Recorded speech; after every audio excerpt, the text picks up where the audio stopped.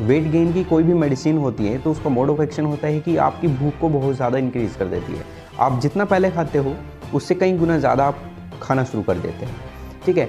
लेकिन क्या होगा अगर आप अपना डेली रूटीन ऐसा ही रखें जैसा आप पहले रखते थे।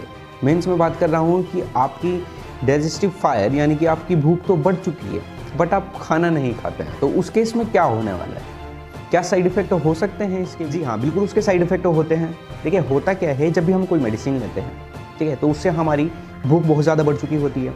लेकिन क्या होगा कि अगर हम पहले जैसे 2 रोटी खाते थे और हम अब मेडिसिन लेते हैं और अब भी 2 रोटी खाएं, तो अब क्या होगा?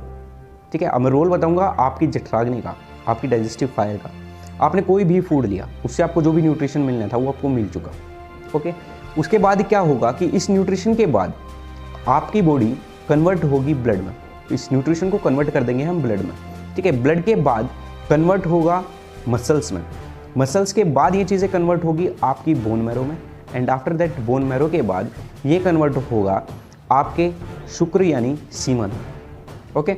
एंड इसी के बीच जब ब्लड से मसल्स बन रही होती है तो उसके बीच उसकी अपनी एक जठराग्नि होती है, अपनी एक अग्नि होती है, अपनी एक डाइजेस्टिव फायर होती है।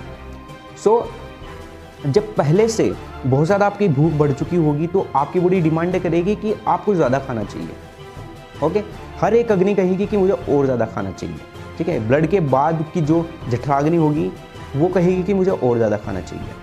मसल्स के बाद की जो अग्नि होगी वो कहेगी कि मुझे और ज़्यादा खाना चाहिए। सेम हर एक स्टेप में ऐसा होगा कि हर कोई डिमांड करेगा कि आप मुझे ज़्यादा खाना दो। और क्या होगा कि जब आप उनको ज़्यादा खाना नहीं दोगे तो उनके पास में जो चीज़ें होंगी वो उनको डाइजेस्ट करना शुरू कर देगी।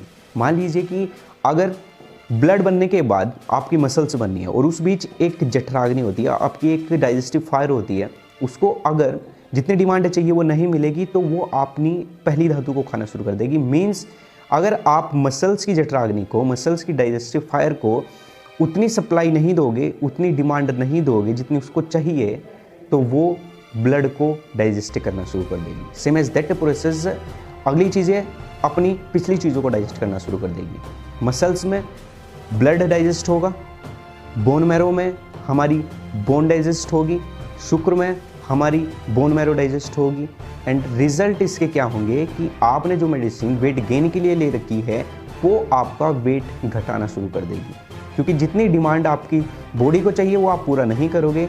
एंड रिजल्ट इज़ दैट कि आपका वेट बढ़ने की बजाय आपका वेट लॉस होना शुरू हो जाएगा। सो ये कंसेप्ट था हमारा डाइजेस्टिव फायर को लेके, ठीक है। मैं यहाँ पे ये बात नहीं करूँगा कि आप आयुर्वेदिक मेडिसिन लेते हैं या फिर आप कोई स्टेरॉइड्स लेते हैं, आप वेट गेनर लेते हैं। हर किसी का मोड ऑफ एक्शन होता है उसकी डाइजेस्टिव फायर को बढ़ाने के ऊपर।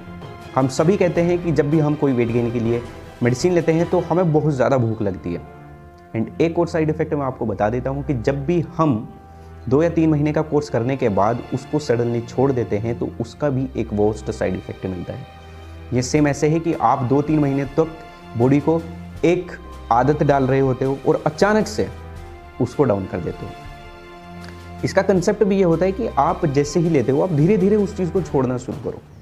आप अगर 2 टाइम कोई भी मेडिसिन का यूज़ करते हो, अगर आप कोई भी आयुर्वेदिक ड्रग्स का यूज़ करते हो वेट गेन के लिए, तो आप अगर 3 महीने का कोर्स है, 2 महीने मेडिसिन लेने के बाद अगर 2 टाइम आप लेते हो तो तीसरे महीने से आप 1 टाइम लेना शुरू करोगे।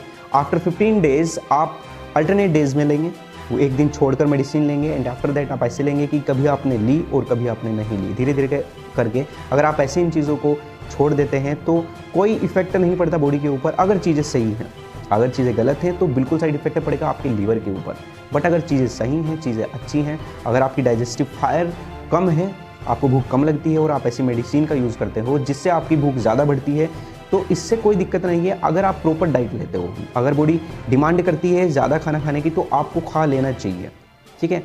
एंड एक और चीज़ें सामने आती हैं कि जब भी आप कोई ये चीज़ें लेते हो वेट गेन के लिए, तो लोग शिकायत करते हैं, पेशेंट शिकायत करते हैं कि उनको कम से कम 2 या 3 बार वॉशरूम के लिए जाना पड़ता है, पेट साफ के लिए नहीं जाना पड़ता है।